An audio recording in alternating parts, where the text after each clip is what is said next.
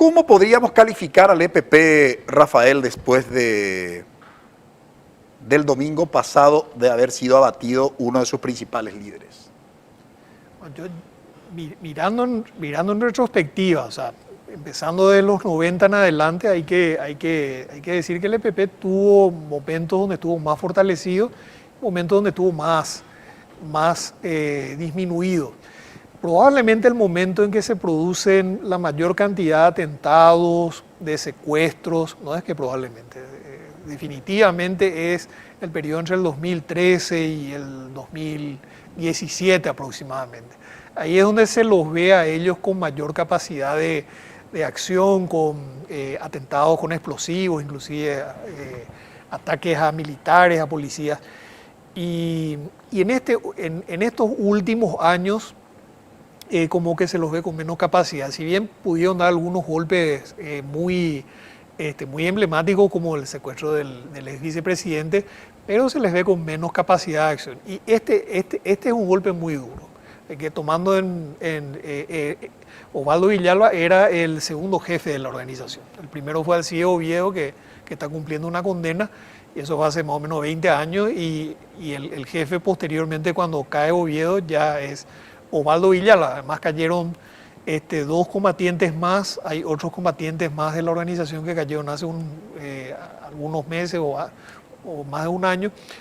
Y así que es una organización que está golpeada, pero no deja de ser peligrosa. O sea, no hay que dar por sentado que la organización está acabada.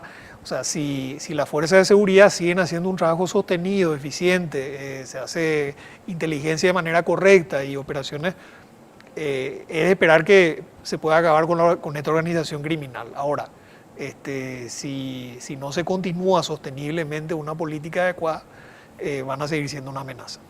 Se atribuyen más de 70 muertes, ¿verdad? 8, digamos, secuestros, no, algunos desaparecidos. Secuestros mucho más. ¿Perdón? Secuestros mucho más. Más que 8. Sí, mucho más. Deben ser alrededor de 20. No tengo los números, pero yo creo que alrededor de 20. Por ejemplo, de los que recuerdo, por ejemplo, está el matrimonio Nato, por ejemplo, los mataron a los dos. Por lo menos deben ser unos 20. Y varios asesinados. Y acciones violentas contra estancia y qué sé yo, por lo menos más de 100.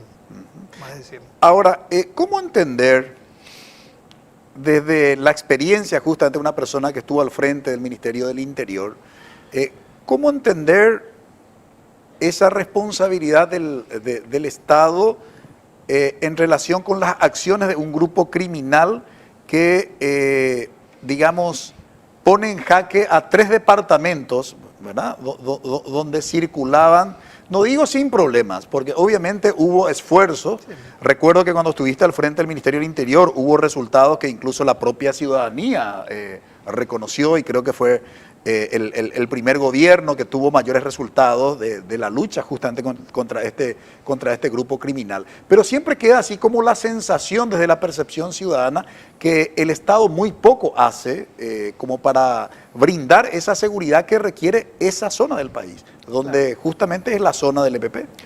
Claro, ahora ahí nos vamos a una cuestión ya más estructural. A ver, ¿con qué fuerzas contamos como país? Y un poco voy a poner énfasis en lo que dijo José Carlos, porque nosotros hablamos del EPP porque el EPP por sus características busca notoriedad. Entonces, mata gente, siembra el terror, secuestra. Ahora, tenemos organizaciones mucho más peligrosas, con más capacidad de fuego, con vínculos con el poder político. Y esas organizaciones como el PSC, el Comando Vermelho, compran jueces, fiscales, policías, financian campañas electorales, tienen a sus amigos en el Poder Legislativo, en las municipalidades, en las gobernaciones. Cogobiernan las cárceles. Claro, controlan las cárceles. Que me diga alguien que pasó en este momento, que alguna autoridad pública que tiene el control del sistema carcelario. No creo que nadie lo pueda hacer. Esa es una amenaza sumamente, no solamente una amenaza a la seguridad y a la integridad de las personas, sino a la viabilidad misma del Paraguay como Estado. Ahora, ¿cómo nosotros, con qué recursos cuenta el Estado paraguayo para enfrentarles? O sea, ¿cuántos policías tenemos? Se habla mucho de las Fuerzas Armadas. ¿Cuántos combatientes tienen las Fuerzas Armadas paraguayas? ¿Qué equipamiento tiene? A ver, ¿cómo un grupo de criminales para matar a Rafat literalmente se hizo cargo de la ciudad de Pedro Juan Caballero durante medio día prácticamente? Durante medio día una organización criminal se adueñó de la ciudad de Pedro Juan Caballero. Y de Ciudad del Este también. Y de Ciudad del Este también para asaltar a una casa de caudales. Se adueñaron totalmente y ahí tenemos fuerza pública, policía, tenemos fuerzas militares. Y sin embargo, organizaciones criminales fueron capaces de tomar el control. Estoy hablando de 2 episodios.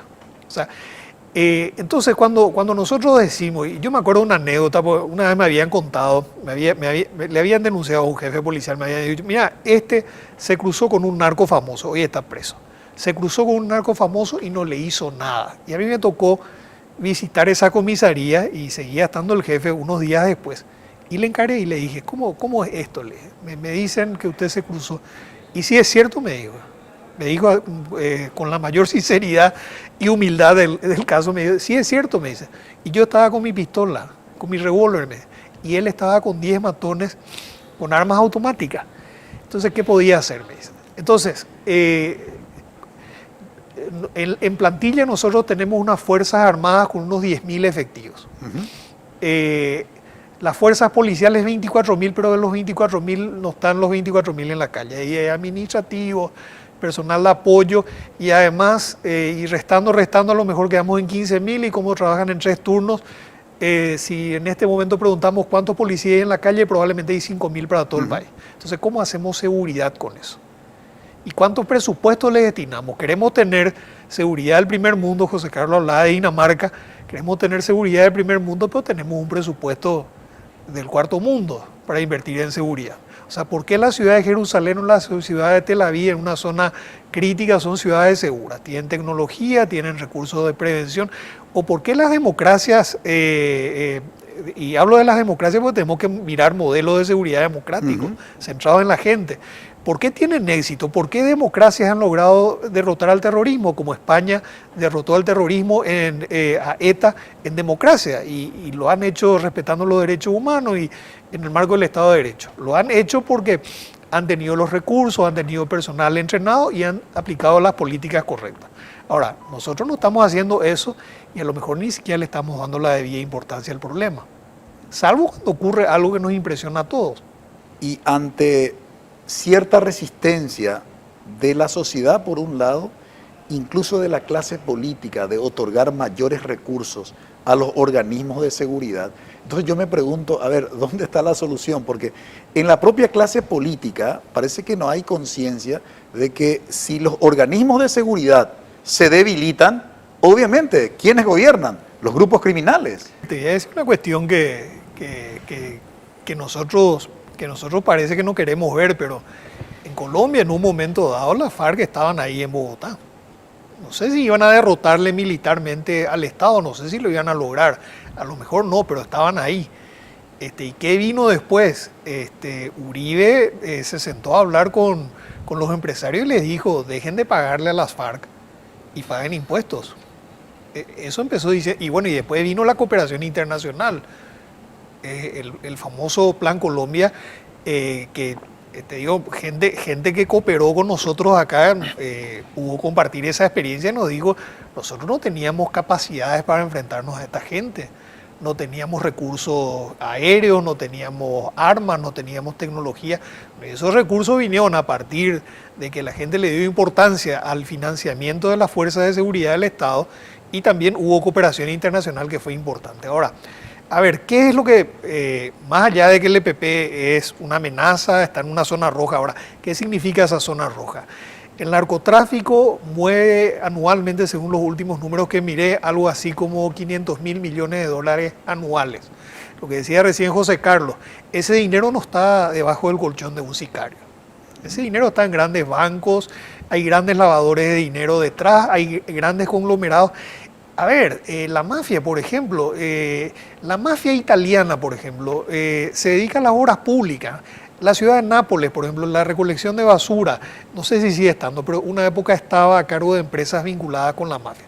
O sea, las organizaciones criminales, el PCC, el PCC es una gran empresa, una empresa multinacional. Tiene inversiones, obviamente, que provienen, tiene dinero, que su dinero viene de orígenes delictivos, del narcotráfico, pero también tiene negocios legítimos, entre comillas, ¿verdad? Entonces, todo ese movimiento, a ver, Paraguay, país de tránsito de cocaína, ya algunos laboratorios encontrados para el procesamiento, el principal proveedor de marihuana de la región. O sea, eso es una amenaza enorme para el Paraguay, muy difícil de enfrentar.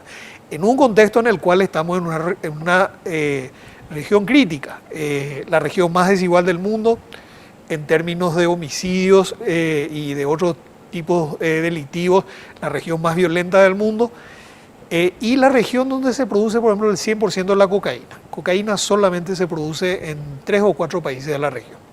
Entonces, es una situación muy compleja que nos lleva a varias cuestiones. Tenemos que apostar por la institucionalización de nuestro país, de la región.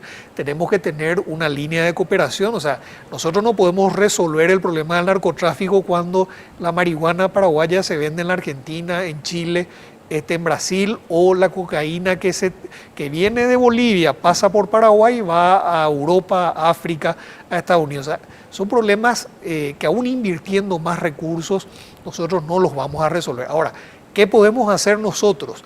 Primero tenemos que ser conscientes del problema que estamos enfrentando, porque si no somos conscientes, dentro de, qué sé yo, 1 año, 5 años o 10 años, vamos a estar viviendo lo que están viviendo ahora en México, donde los niveles de violencia ya están totalmente descontrolados y el Estado ya perdió absolutamente toda capacidad a un costo ya tremendo. ¿Cuántas centenares de miles de personas que no tienen ninguna relación con el crimen organizado han muerto en el marco de esa guerra contra las drogas en México?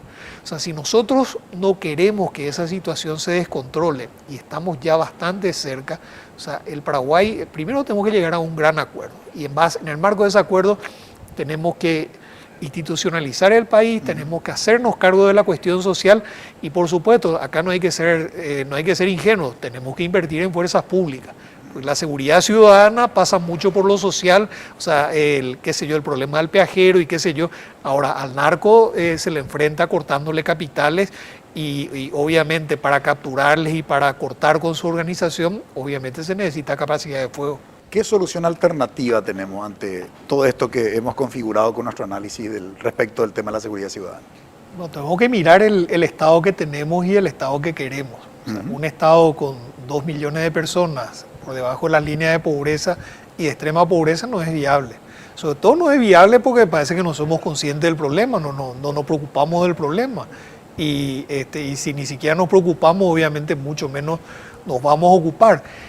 El crimen organizado es muy complejo porque es cierto, uno mira, qué sé yo, los países nórdicos, por ejemplo, y uno ve que son los países que tienen menos corrupción, que tienen más institucionalidad, que son más seguros, donde hay mayor equidad social, pero de repente, y bueno, y ahí en la zona un poco más al sur, de repente en Holanda, en este momento te encontrás con que una mafia local venía de otro país, está amenazando de muerte a la heredera de la corona y al primer ministro. O sea, el crimen organizado es muy complejo, aún solucionando los problemas sociales vamos a tener acá en la región porque estamos en una zona roja.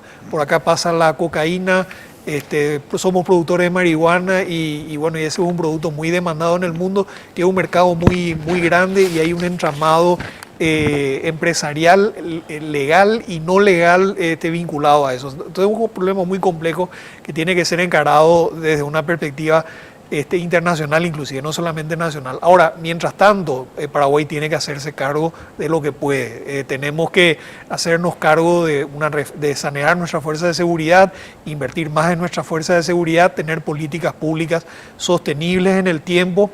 Y puntualizaría 2 cuestiones. Tenemos que apostar mucho por la prevención y tenemos que apostar mucho por el fortalecimiento de nuestro servicio de inteligencia. O sea, tenemos que tener servicios de inteligencia de mejor calidad que nos ayuden justamente a prevenir.